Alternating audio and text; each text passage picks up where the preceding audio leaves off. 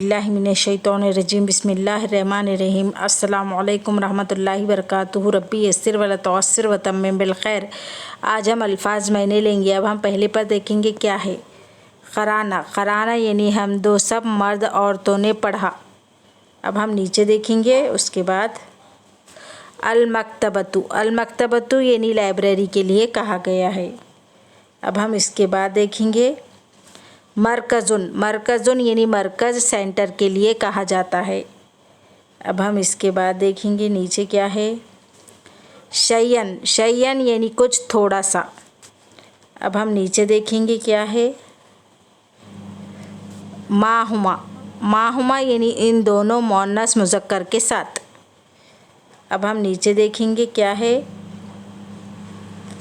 तिमसालुन यानी मुजस्समे के लिए कहा गया है। अब हम नीचे देखेंगे